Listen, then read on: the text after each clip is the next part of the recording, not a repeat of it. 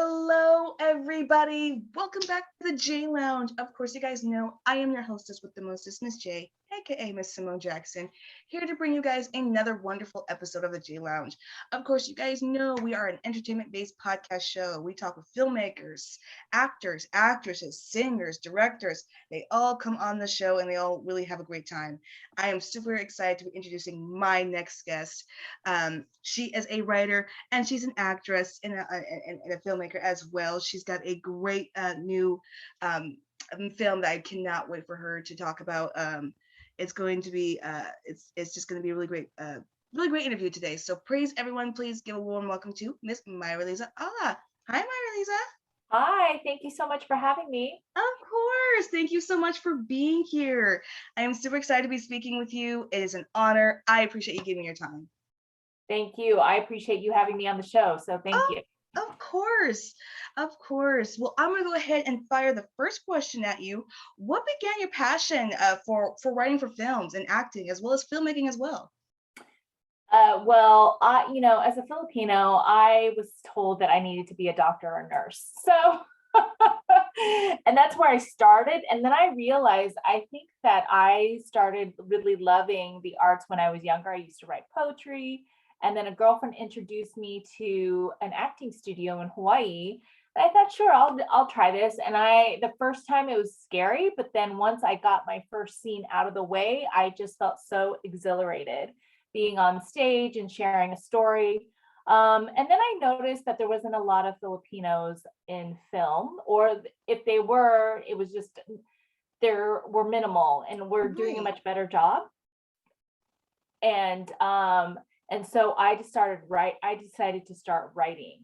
And so that is the impetus of how I started writing and sharing my stories, was because I wanted to see more people like me on screen.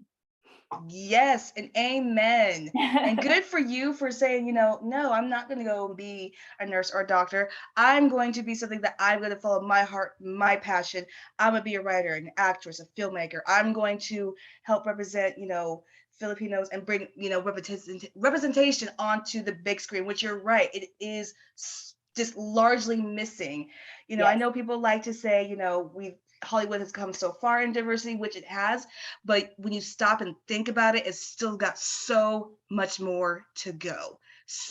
Much more to go. And I mean, in terms of, we still need to see a Filipino win the Oscar for, acting, for best directing, filmmaking. We need to see more in TV series. We need to see more, Filipino modern love, series and drama and all that kind of stuff. It's still largely missing. So you do hit a really good point. But it does bring me on to the next question. I really am excited that you are bringing a modern type of love story with Oh My Dating Hell. I love that title, by the way. Could you tell my audience what that is about and what started you to make this film? So Oh My Dating Hell is a modern day rom-com episodic that I started writing it about in 2015, but I didn't want it to be your typical rom-com where, there's a girl that's trying to find love, trying to get married. And then, and as I was writing, I was like, there's something missing. And what was missing, and I think that's more embraced these days, is our culture. We're now, we're not trying to Americanize any more of our stories. We're trying to bring in our culture. And so I brought in my parents to the scene, and it just brings, and actually they probably steal the show more than the lead because of just their, expectations and their antics. And I began writing the show because back in the day, many, myself included, were single all the time. We had these awful dates and, just some of the crazy things that would happen to us. And one of my girlfriends said, you really need to start writing these things down because no one would believe that this actually happens to us. And so I have a memory bank of awful dates between myself and a number of girlfriends, and they're just starting to come alive. And it's loosely based off of these experiences, but the actual scenarios are different, maybe a little more exaggerated than in the stories, but the essence of the stories are very true.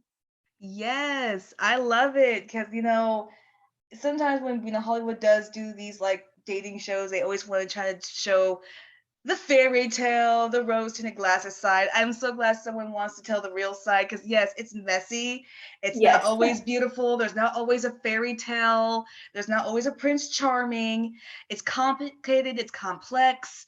There's just layers to it. And I'm so glad you're bringing something like that. And I hope, Hulu, Netflix, that you guys are listening and want to Exactly. bring. I'm all Hulu, Yes, Netflix. I I'm need not. you. I'm not trying to name drop or anything, but if you guys are listening, this will be a really great show to bring on you guys' platform because that's something I would definitely love to watch and see. Just because, my dating experience wasn't always that glamorous either.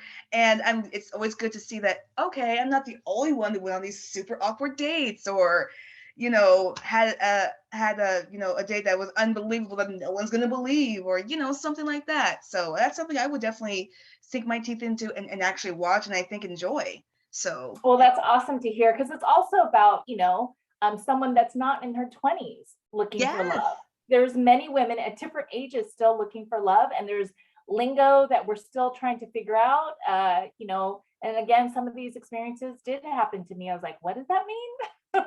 Right. Because I'm Right. such an old school person in dating, I'm not familiar with all the apps and the lingo and what things mean. And so it's funny to see it through Mai's eyes. I honestly, I'm right there with you on. I am very old fashioned when it comes to that as well. Like, I don't like when someone texts me and says that they're here. Please come to the door so people can see you, so I can see you and acknowledge that you're there. Yes. I just, it drives me crazy. And know some of my friends, they go, they call me like, they refer to me like as the old lady because I do have old school fashioned ways of dating. I still like to have my doors open for me. I still like to have car doors open for me. Treat me like a lady. There's nothing wrong with that. There is nothing wrong with Absolutely. that. So Yep. I'm right there with you on that. Going to number 3 question. As an actress and as a writer, what type of stories are really important for you to bring to the forefront? I definitely, and I think this is with any actors, that you want to have stories that are relatable. I think that you engage and have people empathize with either the protagonist or the storyline is when people can relate to it. And I think that's what's funny about Oh My Dating Hell is that it's very relatable. Everyone has had an awful date and everyone has had, a lost love or that tension between someone else that's supposed to be your friend. I definitely want to bring stories that represent my culture that I heard Jennifer Lopez one time, she was talking at an actors or actress table, and she was talking about how she didn't see any Latinas in the lead. I would like to see more Filipinos in the lead. Crazy Rich Asians definitely broke that mold where, Yes. they could have a blockbuster video with Asians in the lead. Yeah. Yes, I get you. Yes. Yes. I am right there with you. We do need, like I said, when you think about it when it comes to diversity, yes, we have come a long way, but we have so much long to go. You know, Exactly. I mean, that was one movie and then, and then we had the Marvel movie that was a blockbuster movie. the With, Eternals. yes. I got you. I got you. Thank you. Yes, and you're right. You're right. So it's Hollywood can't, use that excuse, well, these types of stories don't make money because they do. There is They a do. hunger, there is a demand, and you can't just ignore it because the more you ignore it, the more that demand, that hunger will grow. And you will have people who go, you know what, I'm just going to take the reins in my own hands and I'm going to create stories and films and web series, all that represent what my culture represents me and what I go through, and you'll see that people just rush to it and just go to it because they're like, yes, finally I'm seeing myself on screen. Finally someone in their 30s or 40s going through the dating scene and not using the modern technology and just going to back to that old school way of dating. Right. It's there's a hunger, there's a demand. I mean, I'm 29, I want to see it. People can't say that it doesn't reach everybody. Well, yeah, I'm young still, but I would like to see it because I know that I'm going to reach that age, and I know that the dating scene is going to be different. So I Yep. would like to see these experiences because one day they're going to be mine. So it's Exactly. important. So I kudos to you. Thank you. Seriously. Going on to the number 4 question. Sure. Name 3 actors you would love to work with on a film and why. My number 1 is Mindy Kaling, Ooh, because that's a good choice. she not only is an actor, she's a writer. I mean, I feel like I I hope she doesn't think I'm copying her, but she, went to an Ivy League school, Dartmouth. She is, has this background in education, which that's my background as well. I used to be in higher ed, and she's used to be a writer, and now she's acting, although I, started acting and now I'm writing, and she's just a mogul right now. Yes, she is.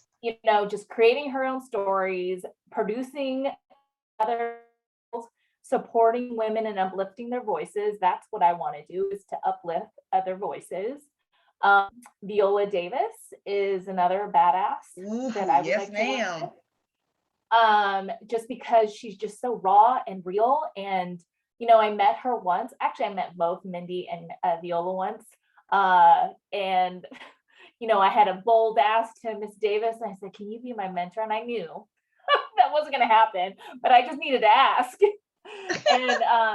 And so she's another person that I would love to work with. And then Ava DuVernay and Meryl Streep are a close third, because Ava, just because she has her own production company, Yes.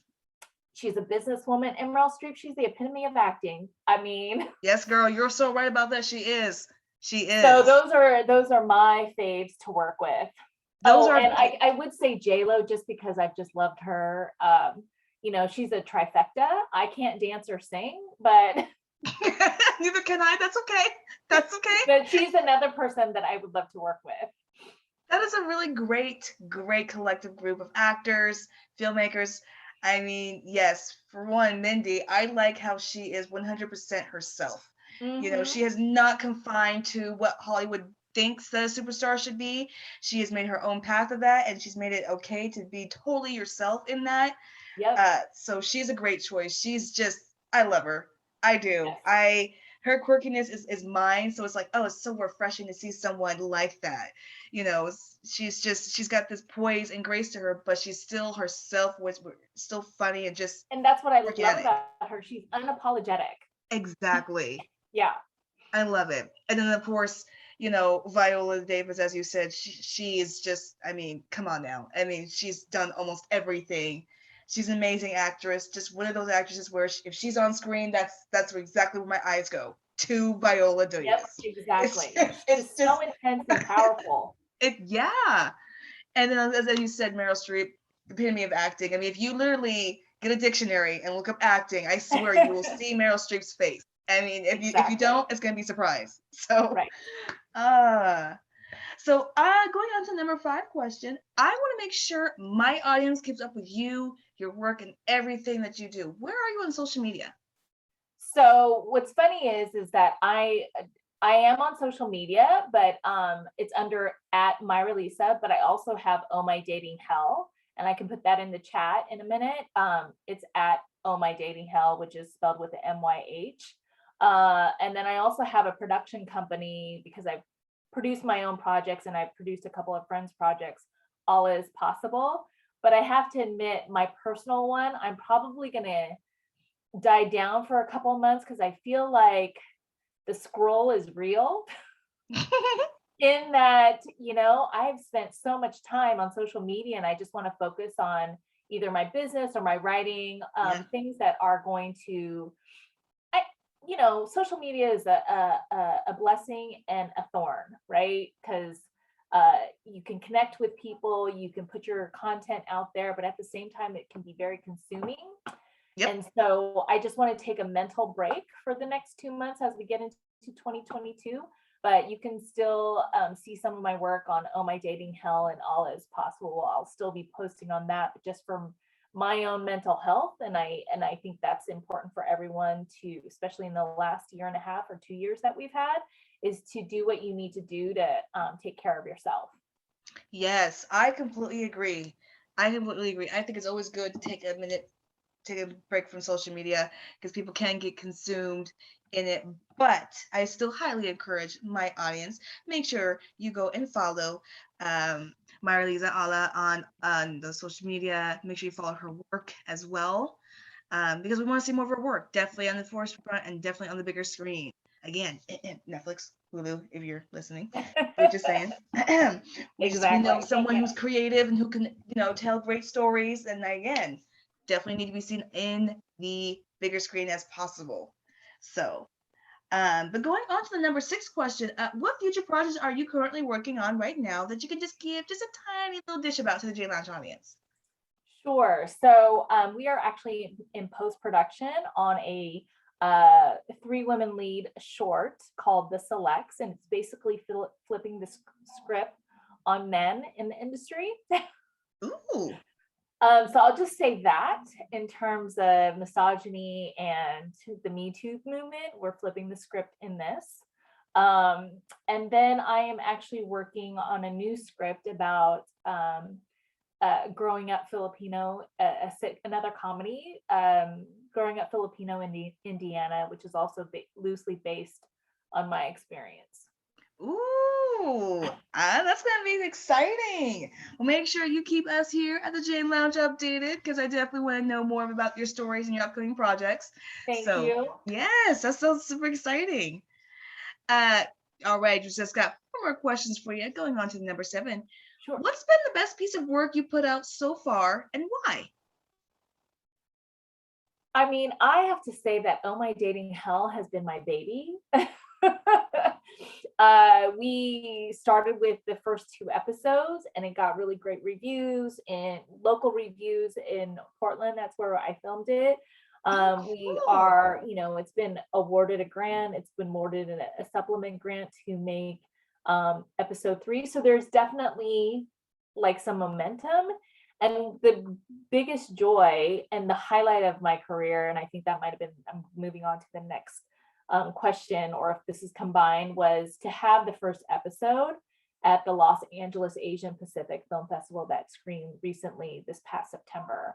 Amazing. Yeah, I was had the opportunity like 3 years ago to go to the Los Angeles Asian Pacific Film Festival as an actor, because a short that I was in, and I was grateful to join Kat Cole, her film, she invited me because none of her DPs or crew could go with her. So I went on a film festival run that year, and I was just so engaged, and I thought, and that actually sparked my interest in making my own films, was that,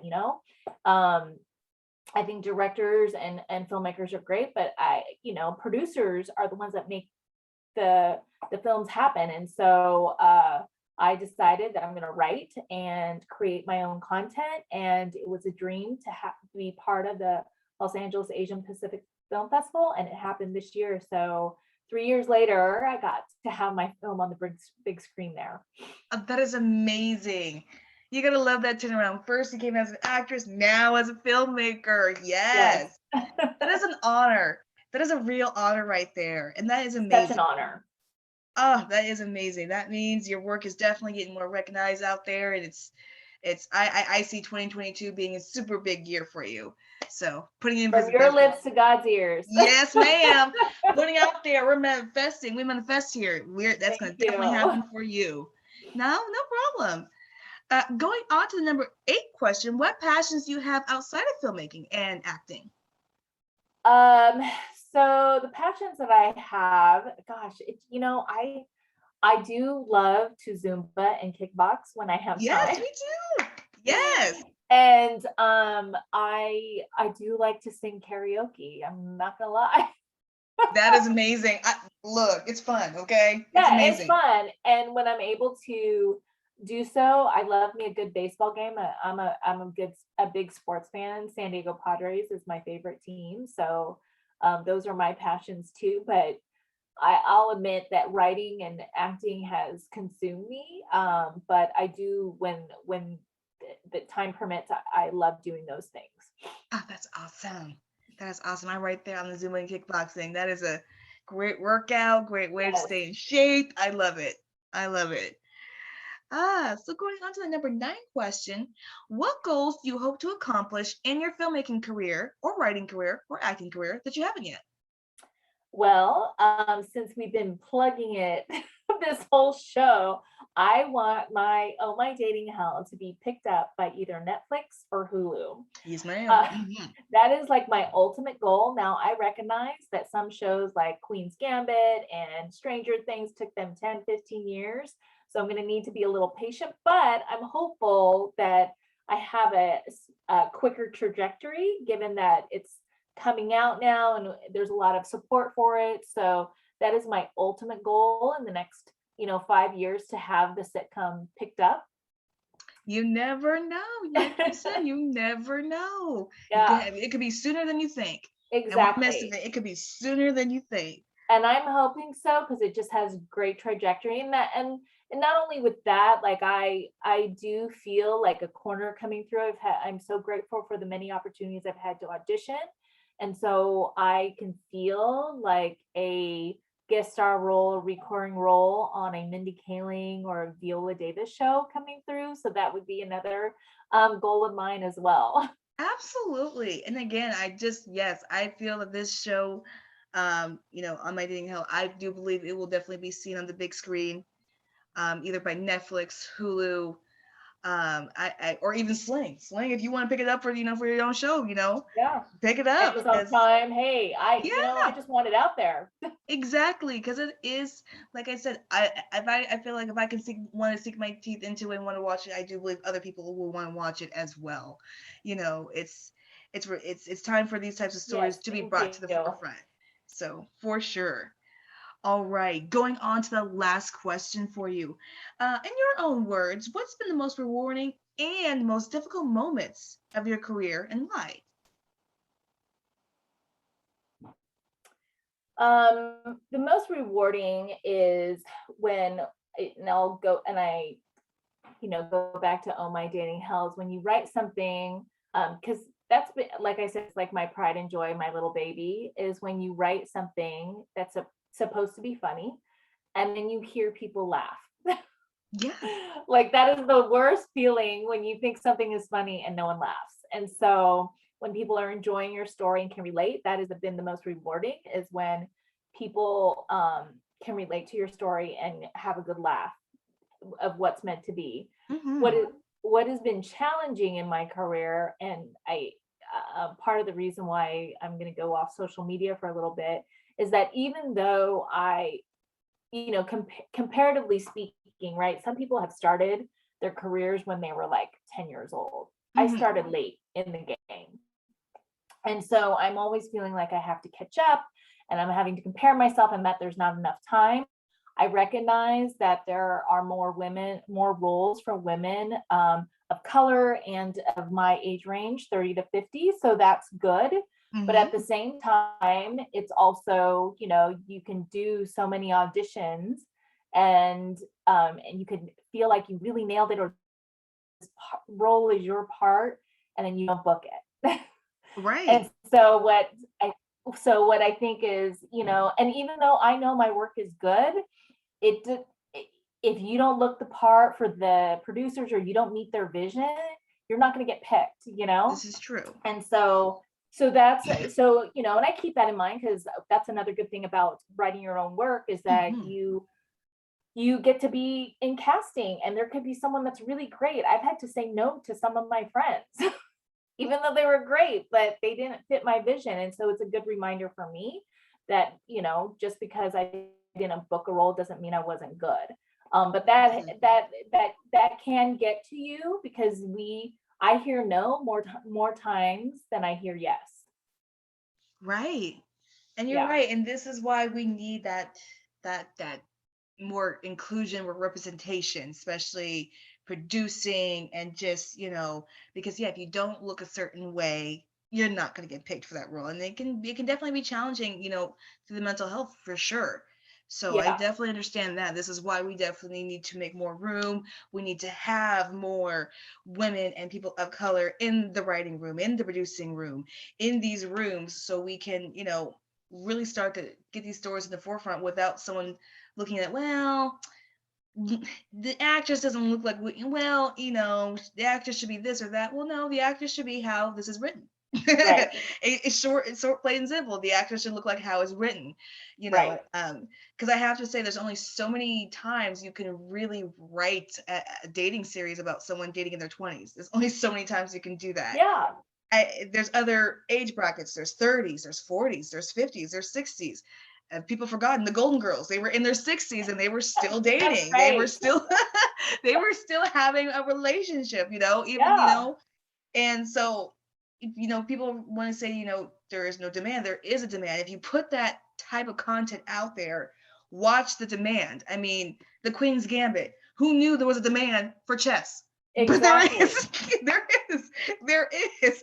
And it was, and it was a little affirming to know that it took 10-15 years to get someone to buy into it. And so Right. I don't want it to be 10 or 15 years for me. Right. No, I I want get it it. sooner. But Right. it's reassuring that some shows, like, you just can't give up, like, that's my whole mantra, is that I need to keep going, because I know there's something there, and it's just a matter of time, and I just need to be patient and keep focused and keep working. Oh, absolutely. It's definitely going to happen for sure. Like you said, just a matter of time. Yeah. And I think one of the best, biggest examples of that was, of course, the creator of the Squid Games. He said Yes. he was at it for 10 years before Netflix finally was like, okay, well, sure, we'll pick it up. We'll pick up your show. Now it's the biggest show on Netflix. Exactly. So that's a really great example, prime example of never giving up, because you never know when that moment is going to happen for you, where Right. Netflix or Hulu will call and go, we're going to pick up your show, and boom, there goes demand, there goes everything. So you never know. It's just, you're on the cusp. Well, I'm gonna say, remember, Simone, when we were talking about this, a year from Exactly. Yeah, exactly. Again, we manifest here. We manifest, yes, and things do and I will happen. come back. I will come Yes, back and talk about it. exactly. I'm putting it out there. It's gonna happen. You're gonna have that moment, and then you're gonna see your schedule be so busy, you're not gonna know what to do. You're Exactly. not gonna know what to do. Uh Oh, it's been such a pleasure to be able to talk with you. I really, really appreciate you giving me your time and really telling my audience about your story, about your work, projects that are coming up. Again, I cannot wait for them to hear this. And like I said, 2022 is going to be your year. Thank I'm you so manifesting much. that for you. It's going to be your year. Uh, I appreciate that. I feel that. I receive that, and I appreciate you putting this out there, and having me on your show and talk about it, and getting followers. And I'll send a link of where folks can watch episode 1 and 2, because there's a refreshed episode 1 that's out in film festivals, but there's a link where people can watch it if they really want to for now. Yes, definitely. Send me the link by email, and I will definitely make sure to put it out to there for my followers so they can check it out. So, Okay, thank because we you. definitely want to see more of your work. Oh, of course. It's my pleasure. My pleasure. Of course. I want to thank everyone for listening in. I want to thank my amazing guest, Myhraliza Aaia. I really appreciate you being on here today. I appreciate for everyone listening in. Again, we'll make sure you guys follow Miss Aala. Make sure you guys check out her work, support her. Again, we want to see her show on either Netflix or Hulu next year. Let's Yes. not no 5 years. Next year, we want to see this happen. I don't. Thank you.